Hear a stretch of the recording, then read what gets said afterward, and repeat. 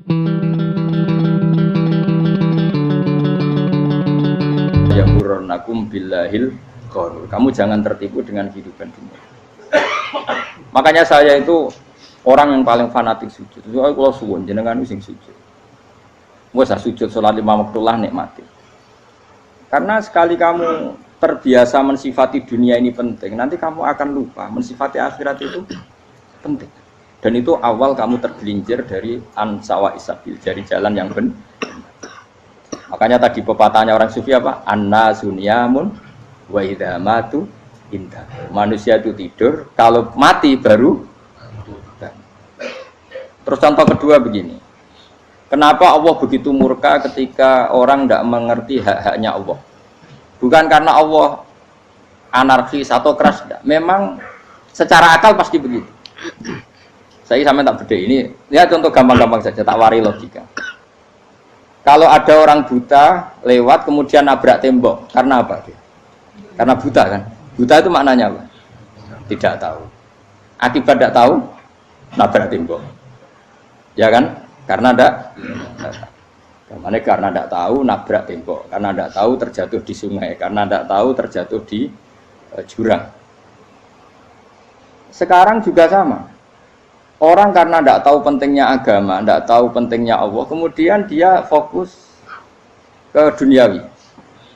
Akhirnya ya nabrak tembok. Natijanya sama enggak? Saya ulang lagi ya, orang buta karena tidak tahu nabrak tembok. Orang fokus untuk perempuan cantik atau melihat apa, kemudian dia tidak tahu depannya juga nabrak. Untuk menjadi nabrak itu syaratnya tidak tahu apa tahu? Bisa dua-duanya. Tidak tahu ya sebabnya nabrak, fokus ke yang lain ya bisa. Maka tidak tahu ya sebab nabrak, fokus ke yang lain juga sebab. Nah mata kita, hati kita ini sudah dipenuhi hal-hal yang tidak penting, sehingga kita lupa dari hal yang penting. Kayak tadi kita mau minum kopi saja, fokus sampai meninggalkan anak main sampai jatuh. Berarti minum kopi sebenarnya tidak satu kebodohan, tapi ketika membiarkan anak kecil jatuh itu adalah kebodohan. Sebetulnya makan menikmati dunia itu tidak kebodohan, tapi ketika Anda melupakan Allah itu menjadi satu apa? Kebodohan. Ini disebut kamu jangan terlena oleh kehidupan apa? Dunia. Nah kenapa terlena? Itu kakean delok. Mulane Nabi itu ora tau delok dunia. Nabi, saya ini tak latih gitu di wali, tapi mukadimah. Kulon itu belum pernah delok. Saya pernah punya kakak wakil bupati, punya teman gubernur banyak tuh. Kalau dulu susu rawani sih, mereka khawatir seneng. Nabi itu pernah, Nabi itu yang manusia pernah lewat itu. Kemudian tonggo-tonggonya Nabi kebetulan pas pulang bawa unta-unta banyak. Itu Nabi melihat mungkin 0, sekian detik. Itu dilori pengiran. La tamuddanna ainaika ila ma matta'na bihi azwajam minhum zahratal hayatid.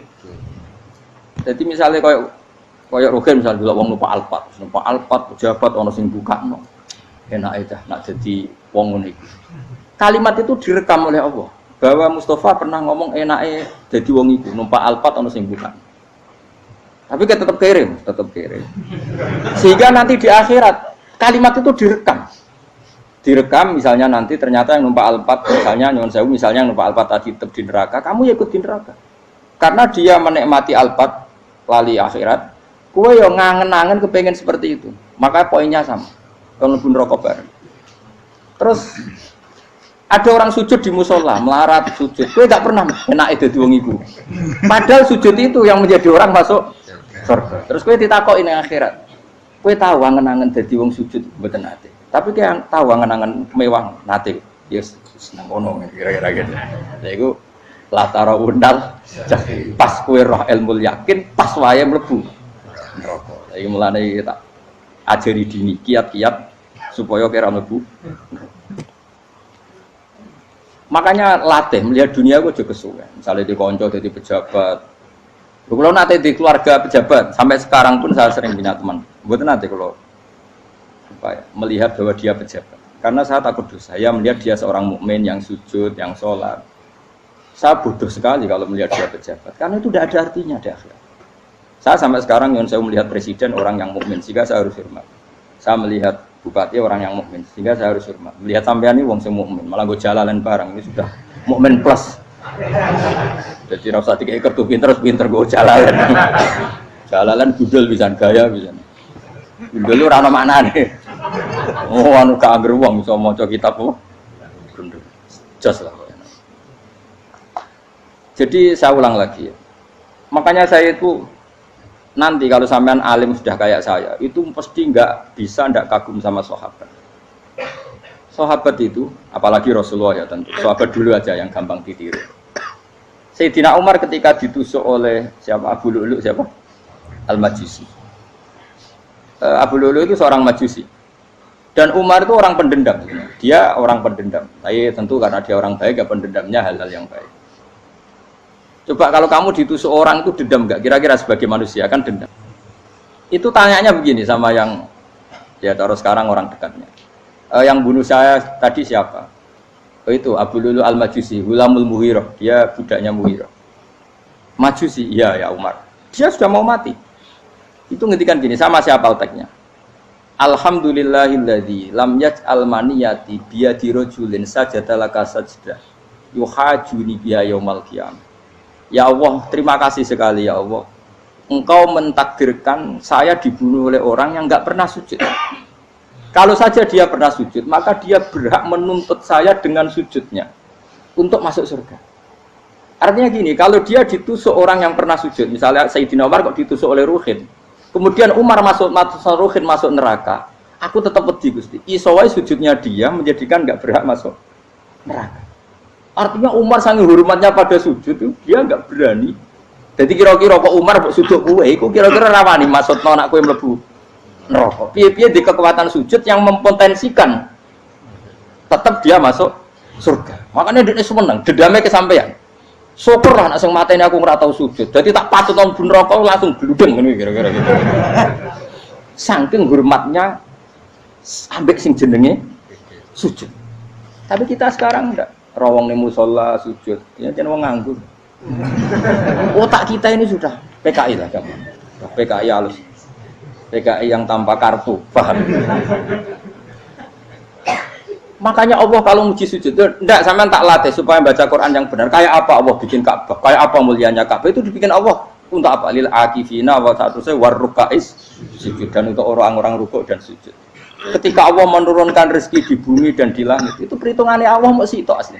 Rabbana liyuqimus shalah faj'al afidatan minan nas tahwi ilaihim warzuqhum minas sama. Gusti, ben nak sujud ku kuat. Piye-piye menungso nak ramangan ra kuat. Nak is kuat dia tenaga yo ben sujud. Liyuqimus shalah. Ketika Allah muji orang baik atau ibunal abidunal hamidunas saihuna satrusé arraqiunas sajid. Yang rukuk yang sujud. Karena tadi ketika nanti Anda di akhirat, kenangan terbaik Anda di dunia itu hanya sujud. Liyane itu coba misalnya kene akhirat terus video disetel sih. Pas kongkoi-kongkoi ning perapatan. Bariku nglamunem disetel. Ben dadi pegawai negeri. Ngayal gajine sakmene, engko sakmene nggo wayah. Wan terus rekam kabeh. Oh ora sini-sini wong. Terus tokoh idola sing duwe wae sing tumpakane Alfa di sekretaris saya. Iku mbok nang utekem iku berpuluh-puluh tahun. Dan itu jumlahnya poinnya misalnya 100.000. Bareng idol anu Kanjeng Nabi mau 10%, cuma gayanya mau coba sholawat. Tapi sebetulnya agak tahu bayang no ini miskinan Mbak Amit nih miskinan. Gayanya mau coba sholawat tapi pakai orang tahu kepengen melarat koyok. Itu direkam. Makanya dari Habib-Habib sing alim-alim niku almar'u ma'aman ahabba hada targhib wa tarhib. Kita ini kan sering dimotivasi mubaligh. Mubaligh itu kan saya naik dhewe nak ngomong. Awas pokoknya seneng Nabi swarga. Dari Habib-Habib sing alim nak ngritik, masalahnya dawuh mu almar'u ma'aman ahabba. Wong dibarno wong sing disenengi. Apa kamu bisa menjamin seneng Nabi saudure seneng wong-wong itu? Jangan-jangan kita lebih berkeinginan seperti orang tertentu yang kaya raya, yang terkenal, yang hebat. Meskipun kowe oleh sana muni seneng Kanjeng Nabi. Jangan-jangan status cinta kita terbukti ke orang itu. Iya toh, misalnya gambarnya pasang neng kamar, wah, partai, wong kuasa. Terus kue nyumbang masjid nyuwun sewu mau 50.000, tapi bareng nyumbang untuk kemenangan orang itu 10 juta. Nyebut wong itu satu hari 100 kali, nyebut Nabi pendak sholat. Bareng dihitung, dipoling mbek malaikat, disurvei buat dipoling orang-orang pokoknya. Dengan cara begini status senangnya orang ini ke siapa? Ya, ono pengajian sholawatan nyumbang 50.000. Nanggo pemenangan 1 juta. Diundang hayya ala sholah mlaku ngenteni komat. Tapi nak diundang acara kampanye teko ngarep sedurunge 2 jam. Baru sekian di polling, terus kadar cintamu ke siapa coba? Dari sekian indikator misal cara polling. Jangan-jangan diputuskan lebih seneng ke itu. Ya sudah almarhum aman. Apa? Makanya kata orang-orang alim almarhum apa? Orang itu terserang disenangi. Masalahnya kita tidak ada jaminan lebih seneng Nabi. Ya orang ada jaminan. Saya aman misalnya. Hitung dewi-dewi. Rasa menang terus kok begitu. So wis kadung terus. So wis kadung. Makanya Sufyan Ats-Tsauri itu jadi wali. Kurang sama mergo ibadah akeh mboten. Sufyan Ats-Tsauri gurunya Imam Syafi'i. Jadi wali itu sederhana. Sama tak ceritanya orang-orang jadi wali dengan cara yang sederhana. Tapi kan niru copy paste ya, artinya orang apa ya KW lah. Kalau niru gak apa-apa, tapi KW kebaikan. Sufyan Ats-Tsauri itu ditanya, kenapa kamu sedekat itu sama Allah dan Anda keramat? Jadi resepnya mengenai itu. Saya itu belum pernah ke masjid nunggu adzan. Paling gak setengah jam, 1 jam sebelum adzan itu saya sudah ada ke masjid. Ditanya, kenapa begitu? Kita kok kawula sing elek, moroe ngenteni diceluk. Terus ngerti nak waya yak mono iku Allah nyeluk. Misalnya saya punya candalem atau saya punya karyawan, tiap jam 8 itu buka toko. Nah, bayangno itu juga. Saya punya karyawan tiap jam 8 tugasnya buka. Selalu buka tokonya ngenteni tak panggil. Hen Rohen, toko buka, siap. Tapi besok yang ngono lagi, Hen jam 8 buka, siap. Tiap hari gitu. Kira-kira kendaraan karyawan iku goblok apa sopan? Kira-kira enggak jawab deh. Gua blok kritik jauh sekali. Nah, Sufyan Ats-Tsauri tidak mau gitu. Wis ngerti nak Allah yang mono wayahe manggil. Dadi ya kerja malu wis ning kono. Dadi nak Allah hayya ala sholam pun Gusti. Hayya ala sholam pun penting mriki. Itu sudah dadi wali. Oh, itu saya buat tiru tapi KW lho. Enggak masalah, tapi ini kan resep, no. Lho mangkel lo gak kira-kira. Ana karyawan tiap jam 8 kon buka toko. Selalu marane ngenteni di panggil. Jadi wali dulu tuh punya cara muamalah sama Allah tuh luar biasa. Ya ora usah mbok tiru terus kemen dadi wali wis ra iso kadung salah. Biasa wae. Aku lah nganti saiki ya biasa wae. Aku mau masjid ngenteni mekumat ya biasa wae. Tapi aku kan iso dadi wali lewat jalur liya lah aku ya. Jalurku kan akeh. Mulang ya mari wali, sabar ning coba ya mari wali. Jane ana jalur fikir ya mari wali. Tapi kan loro, fikir loro. Jadi Imam Adil ya wali, di bojo judes itu wali, masyhur. Ana wali ku barokah di bojo judes. Iku ya jalur dadi wali. Wah lebih ngeri lagi. Ngeri tenan, nanti akhirat dijak wedi.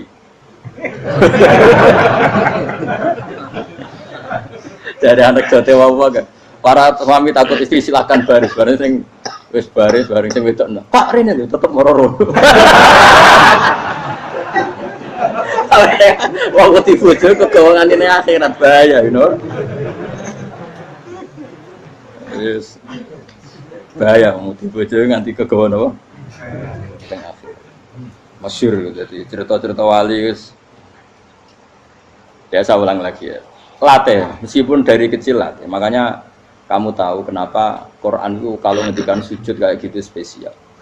Balillah fa'bud wa kum minas syakirin. Jadi meskipun kita di dunia umumnya orang saya makan, saya minum. Saya juga punya istri, punya keluarga, punya apa. Tapi saya belum pernah melihat anak saya itu sebagai anak saya. Saya kalau melihat anak saya ini teman sujud saya, nanti yang meneruskan sujud saya. Saya tenan kulon bolak-balik ditanya istri saya dan agak-agak marah. Gus Pak, kenapa kamu hormat sama anak sampai gitu? Kalau nanti manja gimana? Kalau terlalu manja, saya bilang itu udah anak saya. Itu nanti yang meneruskan sujud saya, meneruskan rukuk saya. Saya nanti pasti mati dan saya butuh di bumi selalu ada yang sujud sama Allah. Dan itu yang paling dalam otoritas saya itu anak saya. Orang lain itu enggak dalam otoritas saya. Jika kita melihat anak itu ini penerus sujud saya, penerus rukuk saya. Kita enggak sudah duniawi sekali. Rumah tanah, anak tua ben di rumah. Kapitalistik. PKI lah pikirannya yang ngono, Cina ya ngono. Wong fasek-fasek ning dalan yang ngono. Kowe nggawa jalalan ngalor itu pakai cek ngono. Jadi dulu itu kalau para nabi donga fahab li milladunka waliya yarithuni wa yarithu min ali Yakub, seorang turunan yang meneruskan tradisi sujud, tradisi. Sehingga ulama-ulama dulu kalau dongakno anake ya min ahli sujud, wa min ahli Quran, wa min ahli sunnah napa. Enggak apa-apa kowe seneng donya gak apa-apa. Ora usah tak warai wis seneng dhisik. Paham? Dadi iki ora usah cara Gus Bak ra apa-apa. Ora usah tak arani ra apa-apa wis mbok lakoni. Makanya pulau suwon sangat sujud itu luar biasa. Nanti kamu di akhirat kenangan terbaik Anda di dunia adalah pernah apa? Sujud. Bayangkan kalau itu jadi orientasi Anda. Anda berpolitik, cek melok partai Gerindra, cek Golkar, cek PDI supaya jadi penyuara sujud tidak dilarang di Indonesia karena umat Islam mayoritas. Saking mayoritasnya sampai pejabat rasolatnya rawani. Gara-gara pejabat rasolat bakal dipilih. Itu berarti kamu berpolitik niat bikin satu pressure supaya standar orang benar adalah sing nopo sujud itu ya benar. Kok yang kaya kerja biar bisa beli tanah untuk masjid, yang orang miskin ikut menopang supaya masjid itu berdiri. Semuanya orientasinya menuju apa? Sujud. Jadi tidak sujud itu harus jadi wong khusuk sing goblok terus sujud terus.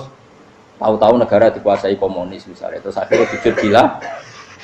Termasuk menciptakan satu suasana Islami di negara ini juga berarti menciptakan keberlangsungan sujud, karena dengan suasana Islami berarti sujud tidak dilarang bahkan dianjurkan dan sebagainya. Ini penting saya katakan karena kalau tidak diingatkan ruwet. Nabi itu pernah punya anak dalam itu setelah mau boyong cara santri itu ditanya, kamu minta apa sama saya? Ya Rasulullah kasih waktu 1-2 hari mau saya pikir. Karena yang menanyakan orang yang sayyidul awalin wal akhirin setelah sekian 2 hari. Minta apa kamu? Jalur Anda gak tanggung-tanggung. As'aluka murafaqataka fil jannah. Saya minta jadi temanmu di surga. Oh, Nabi kaget tuh. Kok kalian diwarai wong? Mboten nanti sing mari. Kok Nabi diwarai wong ndak ada ya. Terus. Kenapa kamu minta itu? Kata tadi, kalau saya minta dunia itu nanti zailah. Dunia itu pasti hilang, faniyah pasti hilang. Maka yang abadi adalah saya jadi temanmu di surga. Tapi apa kata Rasulullah jawab? Fa'inni ala nafsika bikasrotis sujud. Ya sudah kamu bantu saya, kamu memperbanyak sujud. Kayak apa? Nabi pun mintanya fa'inni ala nafsika bikasrotis sujud. Saya bantu untuk menolong diri kamu memperbanyak apa? Sujud. Makanya di pertama surat turun itu ada wasjud. Kamu bersujud dan kemudian mendekatlah kepada Allah. Tapi sekarang enggak. Karena kita kena hijab duniawi, mitra penting, semuanya penting dan semuanya penting itu makna di hati kamu adalah hadun. Bahkan ngidolakno kiai perkara hadun nafsu, kowe nak dadi kiai gede. Wah, teko ditolak al-badru. Wale napu pidato MC ne muni Saiful Fadilah wal Karomah, mbah sauni-unine MC. Bariku disangoni dihormat. Tekan muji ulama wae dari segi dun. Ya, bariku iso wayo akeh macam-macam. Utek nek selek, tekan muji ulama wis dari segi. Makanya saya ini termasuk ulama, kalau nanti saya ngebis biasa. Kalau jarang kerja di panggungnya, seneng dulu. Supaya semua ulama udah dipandang secara apa? Dunia. Saya sampai sekarang ngedus anak kalau biasa. Teng pasar gitu biasa. Kalau marung teng pasar mangan gitu biasa. Nak seneng kalau ben atas nama wong alim karena apa? Kalau kita terlalu menikmati dunia, lama-lama orang seneng ulama juga dari sisi dunia. Keren, jadi kiai teko disualami dicucupi, munggah. Ya enggak apa-apa itu enggak dosa sebenarnya, tapi takut saya utek elek-elek ini ngejolakno perkara duniawi, show-nya itu lho, Pak. Jadi ngene tak pikir teko ngaji bar wis warmu paham karmu ora karep. Mulan ngarep ngaji karmu. Mesti rugi kowe ya, aku tenang ae aku. Ben orang itu latihan ikhlas, napa? Latihan. Lho kadang gitu protes be tiang-tiang. Gus, jenengan sekali-kali nak tidak tak derekno kok umum. Aku itu tidak mengharamkan itu, meneh kula dereng tuwa. Dereng haji malah turu, topa meneh. Dalane ra roh dereng kiai malah ngel-ngel wong. Ngerusin tahu tak kon derekno ning kota, tak kon sepeda motor hen terno ning gone Malibu. Dalane ora roh malah yo neraka. Lha kene dalan akhirat ora roh donya ra roh. Lah tak koyo wong ijo urip. Dalan dunia ora roh, dalan akhirat ora mbok roh iku apa. Repot. Jadi kenapa saya ndak mau, bukannya menolak. Saya senang kalau kiai-kiai terhormat, senang sekali. Saya senang kalau ada ulama dihormati karena supaya jadi tradisi ulama itu terhormat. Tapi jangan semua ulama mau dihormati. Nanti lama-lama jadi siklus. tekan mencintai kiai saja karena fasilitas. Kowe seneng dadi imam masjid akbar, masjid Istiqlal, imam besar. Seneng mergo kenal presiden, datang dikawal. Seneng dadi sudhes, wah keren salat ngarepe Ka'bah, teko dikawal askar. Ya kalau seneng karena itu kan berarti menjadi dunia. Itu sirinya kenapa Rasulullah ketika ba'da Fathi Mekah sudah menguasai Mekah, sudah naklukkan Mekah Madinah. Nabi itu satu hari terbiasa mau sarapan saja kadang nggak ada yang dimakan. Tanya ya Aisyah, apa saya bisa sarapan? Enggak ya Rasulullah. Ya sudah saya tak puasa. Supaya tetap terkontrol bahwa umatnya mencintai beliau bukan karena kebesaran. Itu Rasul. Itu setelah periode Mekah loh. Jangan kira itu periode Medina. Apa? Itu periode apa? Medina loh. Periode yang setelah Nabi punya segala. Tapi Nabi tetap seperti itu. Kenangannya Aisyah sebagai istrinya apa coba? Dia cantik sekali. Aku tahu jajal turu ngarepin Nabi terlentang. Ya Nabi tetap sholat. Nah beliau sujud sikilku tak ingkretno. Nah beliau ngadeg tak lonjoro meneh. Jadi Aisyah wa ana muqtaridotun bene adi turu terlentang. Jadi cara ya sudah terlentang. Nabi nak sholat suwi dia tetap sholat.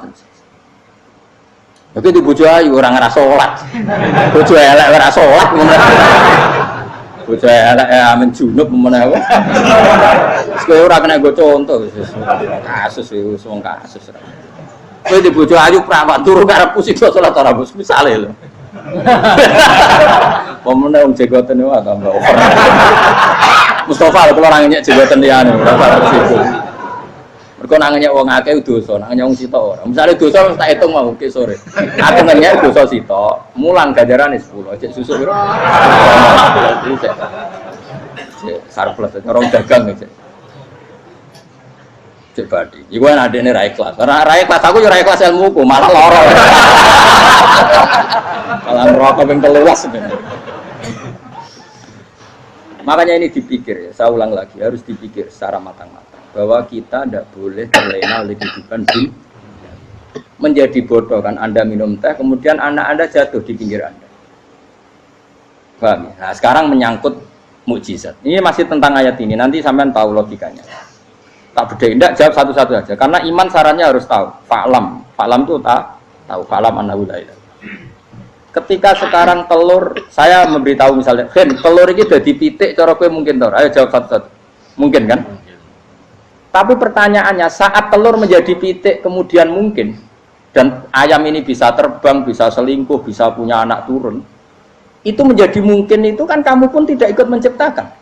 Ikut gak kamu menciptakan telur menjadi ayam? Tidak kan?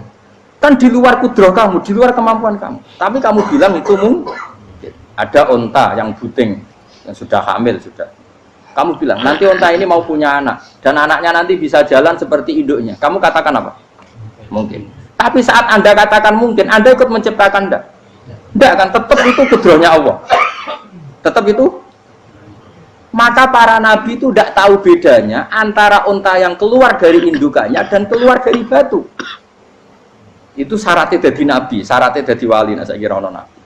Makanya Nabi Soleh ditakoki, bukti nak kudrahe pangeran ubi. Lah kamu minta apa kata Nabi Soleh? Silahkan ada onta keluar dari batu itu. Nabi Soleh bisa.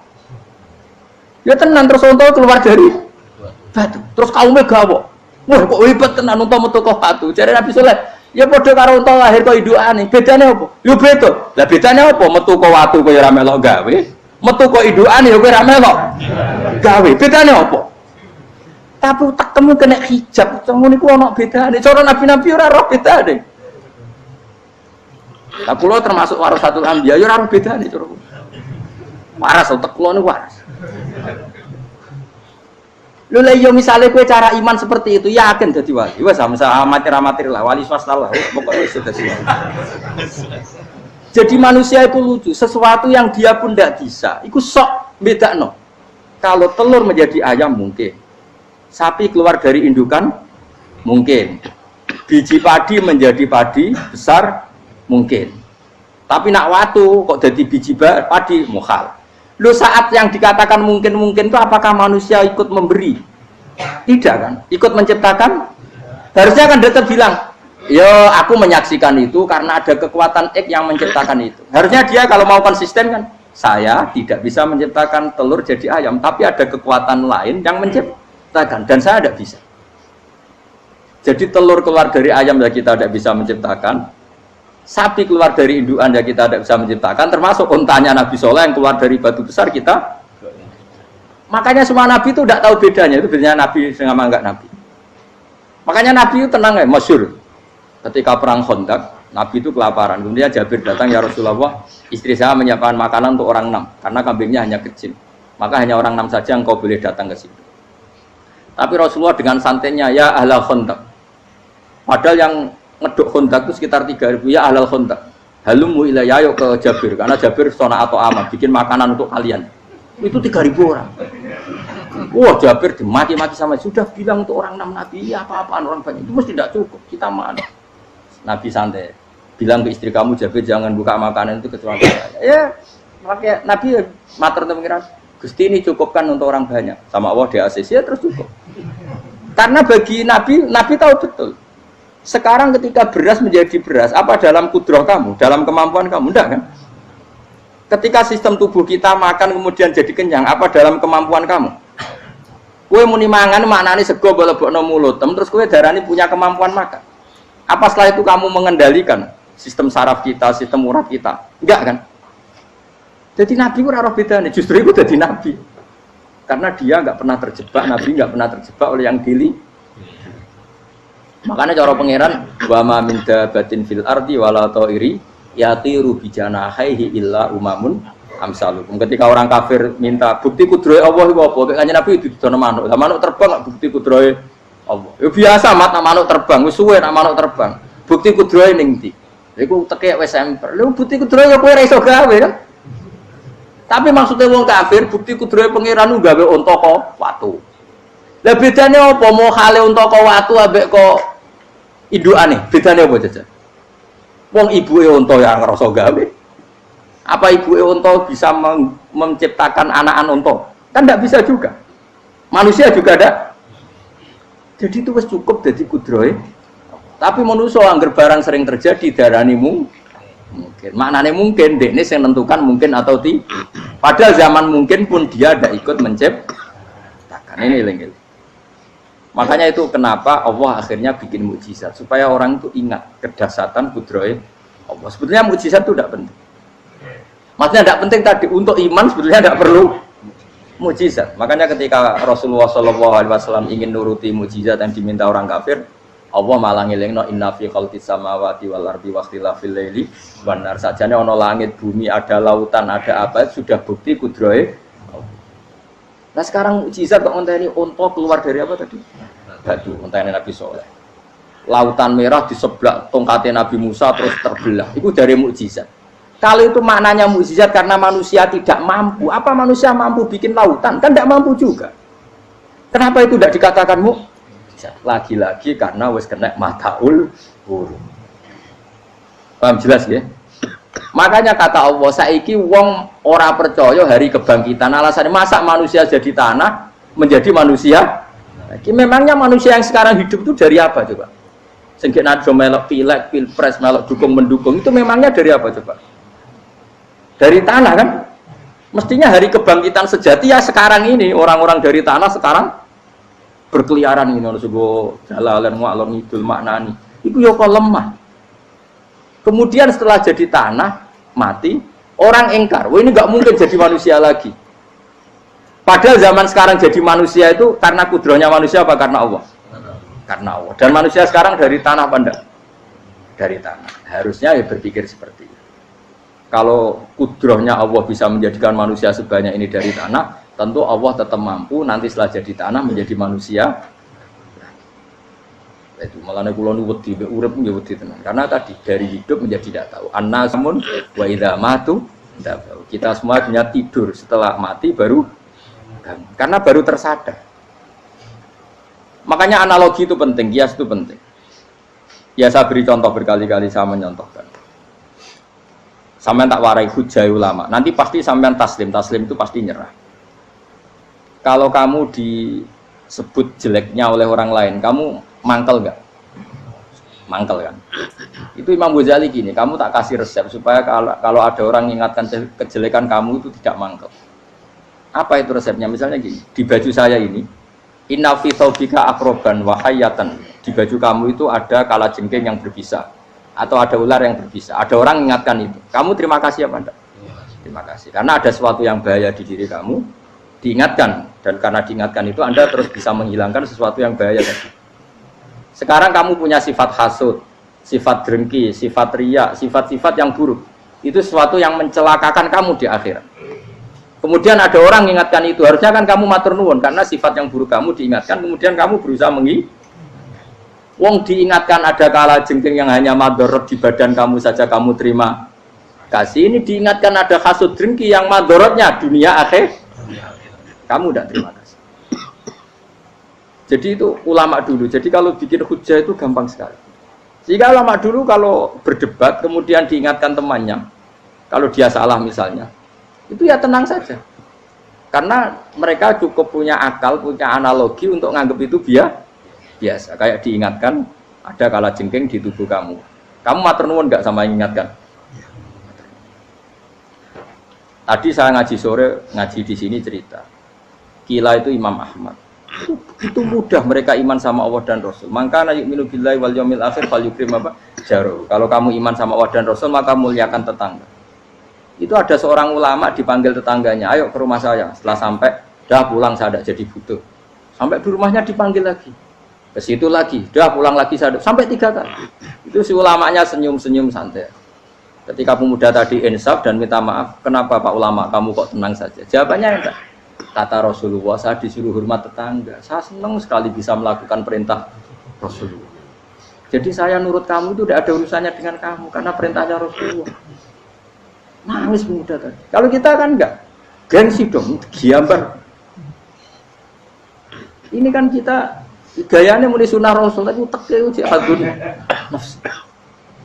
Nah kalau kamu sudah gitu, tak daftar udah wali, mbok KPU-nya oleh nyetujui, mbok kapan roh nanti. Daftar.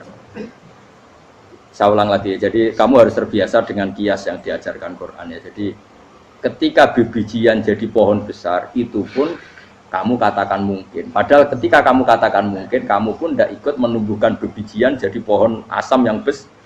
Itu menunjukkan kudrohnya Allah. Artinya sebetulnya kamu hidup semuanya itu hanya menyaksikan kudrohnya Allah tanpa kamu memberi kontribusi. Kenapa kamu yang menentukan mohal dan tidak mau? Harusnya mau taslim menyerahkan diri nak kabeh mau nyekseni kekuasaane Allah. Itu sing dimaksud Quran apa ya tanazzalul amru bainahunna lita'lamu annallaha ala kulli syai'in qadir wa annallaha qad ahata bi kulli syai'in ilma. Alam raya dibikin variasi kayak gini mau tujuannya Allah supaya kalian menyaksikan kemampuannya. Warna jelas ya. Makanya ketika pangeran ketika bumi yang sudah mati tak hidupkan dengan hujan, begitulah kadzalikan nusyur. Ya kira-kira seperti itu proses sesuatu yang mati menjadi hidup lagi. Jangan lupa untuk tinggalkan komentar Anda dan klik like jika kalian suka.